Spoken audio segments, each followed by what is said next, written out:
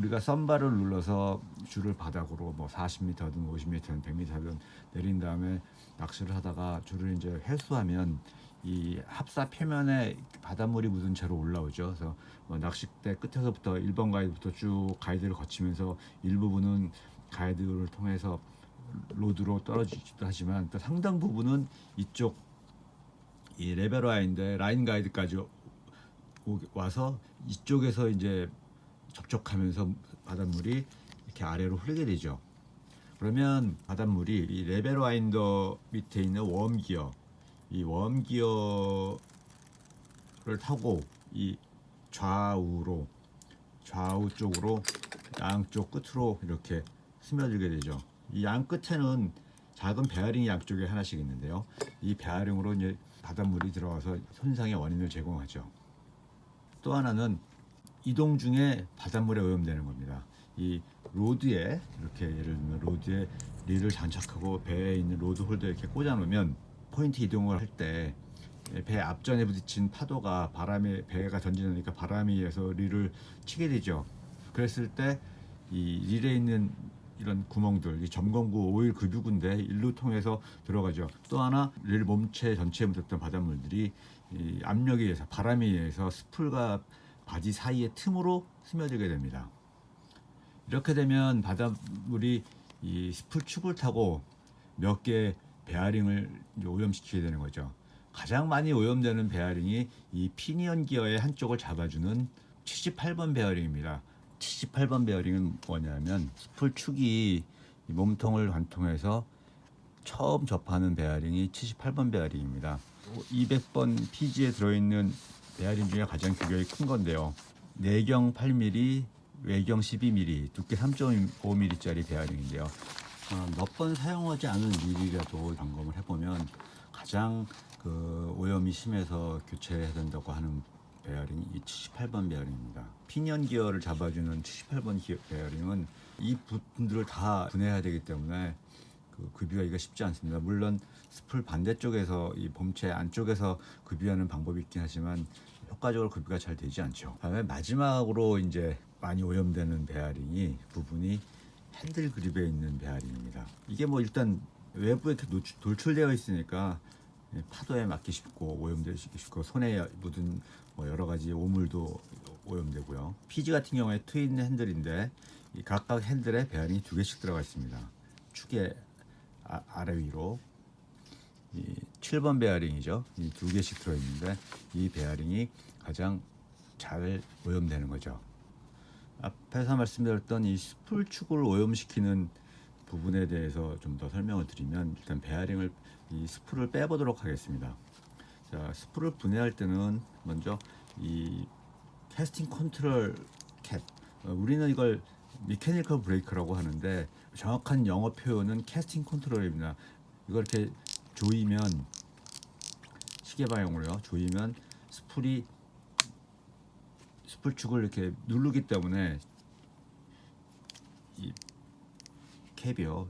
얘가 회전이 원활치 않습니다. 그래서 멀리 캐스팅을 할 때 백래쉬를 어느 정도 이제 방지해주는 역할을 하는 건데요. 이 스풀 커버를 분리할 때는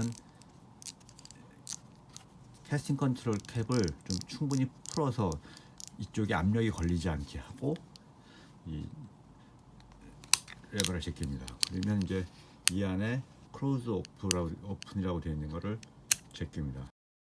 앞에 말씀드렸던 캐스팅 컨트롤 캡을 충분히 열어주지 않으면 이걸 이게 잘 안 제껴집니다. 저항이 커서요. 이 상태에서 이제 얘를 빼주죠.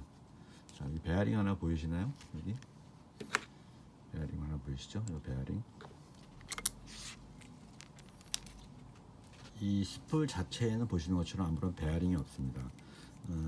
스풀에서 움직이는 부분은 이 회전 저항을 증가시켜주는 브라켓들이 있죠. 이게 이제 회전하면 원심력이 이렇게 벌어지면서 이 부분에 마찰을 가하는 거죠. 그래서 저항치를 좀 높여서 쉽게 안 풀리게 과속 회전을 안 하게 해주는 건데요. 이게 피니언 기어 하단입니다. 이렇게 돌리면 따라 돌죠. 이 틈에 미세한 틈이 있는데요. 하얀 원처럼 보이는 금색 링이 보이시나요? 이게 사실 링이 아니라 베어링의 측면입니다. 측면이 살짝 노출돼서 보이는 건데요. 78번 베어링의 우측면이 살짝 보이는 겁니다. 이 부분이 결국 이 몸통을 타고 들어온 바닷물이 틈새로 바람에 의한 힘으로 들어와서 위까지 흘러 들어가면 이 베어링이 오염되는 거죠. 이렇게 연결되는 거니까요. 이렇게 연결되는 거니까 이 축을 타고서 결국은 축이 여기까지 연결되거든요. 이 축을 타고서 바닷물이 몇 개의 베어링들을 거치면서 바닷물을 떨구게 되겠죠.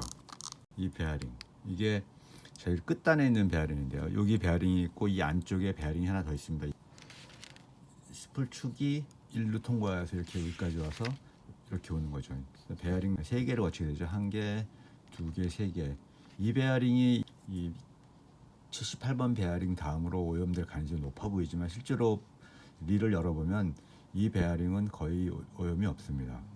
그리고 이 베어링, 즉 31번 베어링이 지금 보시는 이 베어링인데요. 이 베어링도 캐스팅 컨트롤 캡을 완전히 열어놓지 않는 한 이 안에 이 오링이 있어서, 까만 고무링이 있어서 어느 정도 이 바닷물의 침투를 막아줍니다. 물론 릴을 뭐 바다에 빠뜨렸다거나 엄청난 압력으로 이 바닷물을 이 분사하거나 이랬다면은 모를까, 그렇지 않으면 이 베어링은 오염되지 않습니다. 스프를 이제 많이 식혀놓고 설명을 드리죠.